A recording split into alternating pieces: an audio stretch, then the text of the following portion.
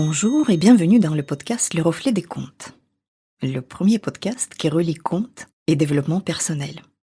Je m'appelle Galina Kojanova, je suis auteure, conteuse et master coach certifié. Et maintenant, je vais expliquer comment chaque épisode va se dérouler. Pendant une dizaine de minutes environ, je vais lire un extrait du conte. Il faut vraiment prendre ce moment comme une évasion, une immersion dans le monde de la magie. Ensuite, nous allons analyser les messages du conte, ses clés et ses symboles. Et pour finir, je proposerai quelques exercices et des idées de réflexion. Dans ce podcast, on va poursuivre la lecture et l'analyse de l'un de mes contes, L'humble tailleur et l'honorable roi. Il a été publié aux éditions de l'Harmattan dans un recueil Le Narcisse magique. Dans le dernier épisode, nous avons appris que le roi Théodore a perdu son trône et doit maintenant gagner sa vie pour vivre. Ainsi, il vient d'accepter un travail chez un tailleur de pierre. Tu es prêt pour la suite ? Alors écoute.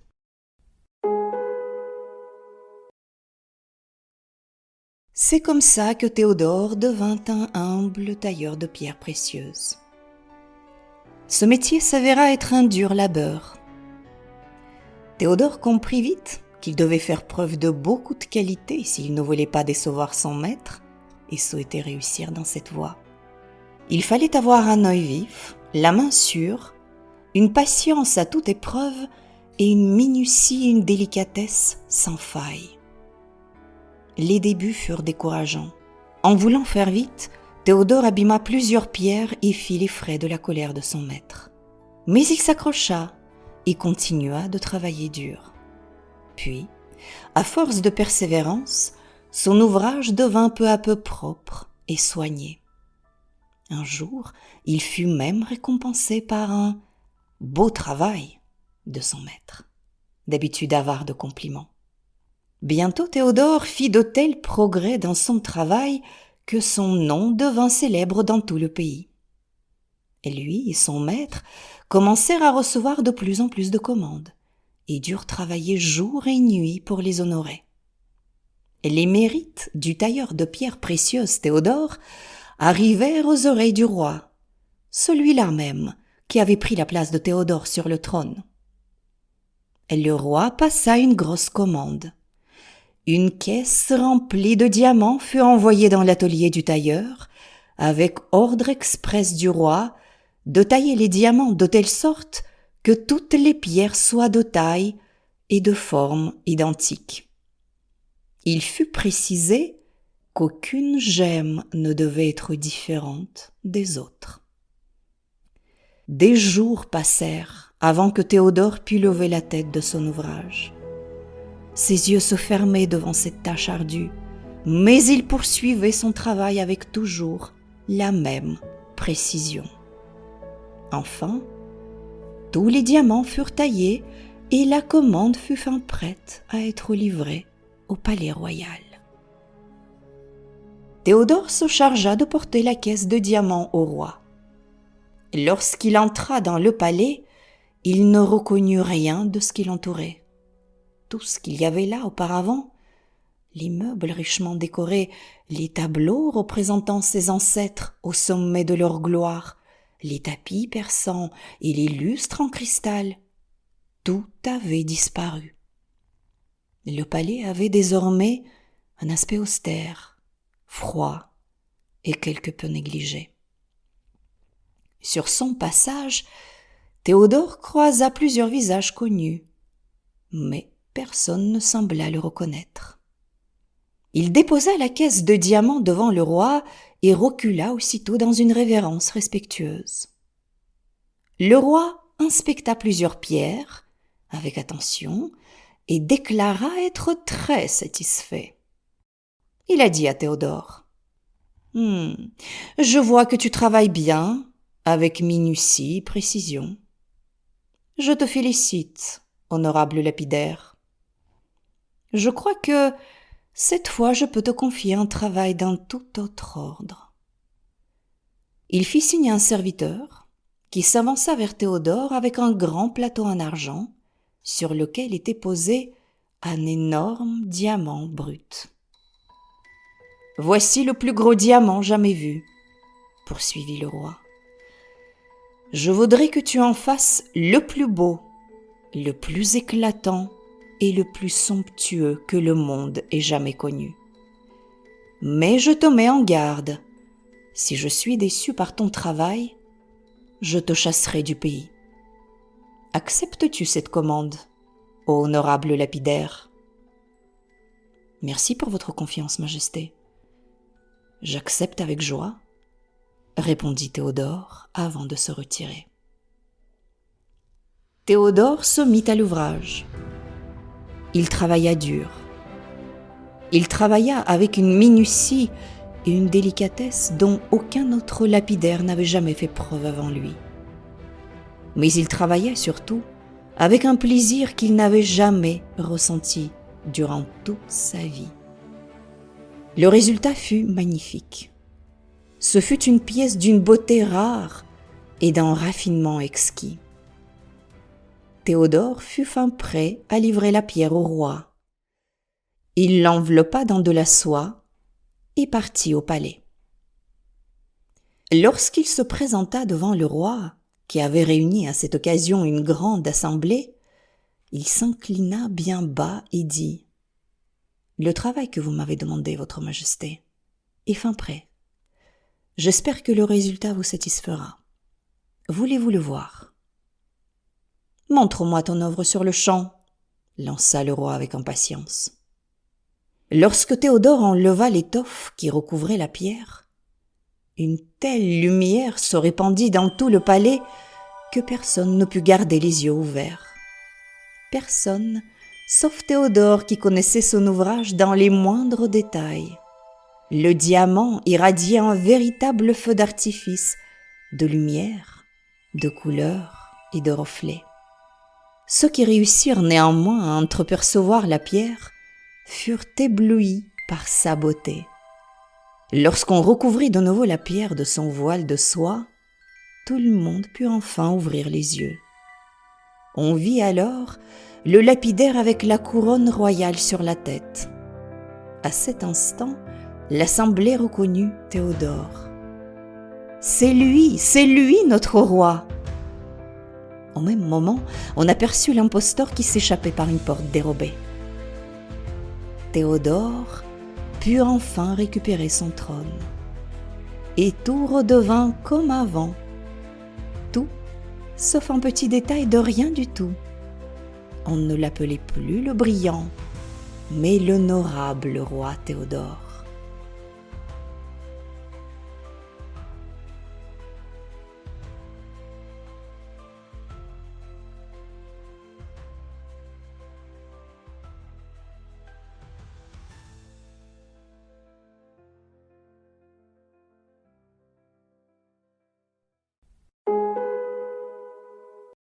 Voilà, le conte est fini.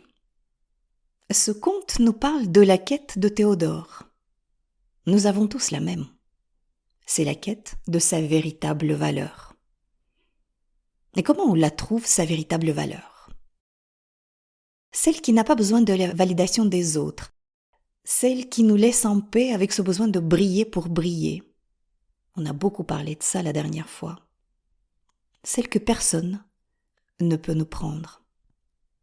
Le conte nous montre que pour trouver sa véritable valeur, il faut développer un certain nombre de qualités. Mais la qualité par laquelle tout le processus commence, et cette qualité est d'ailleurs la plus importante, c'est l'humilité. Théodore va devoir commencer par dompter son ego surdimensionné.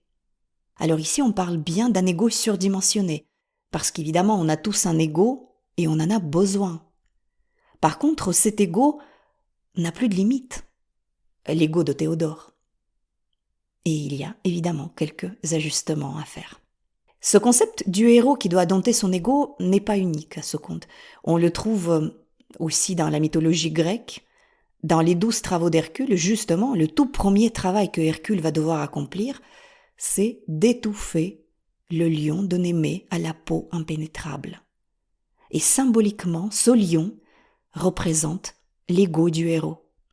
Et tant que ce travail n'est pas accompli, Hercule ne peut pas poursuivre sa quête et ne peut pas accéder à l'Olympe.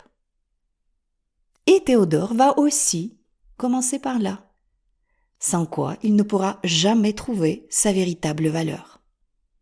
Pour Théodore, l'humilité, c'est de se mettre au service de l'autre, des autres.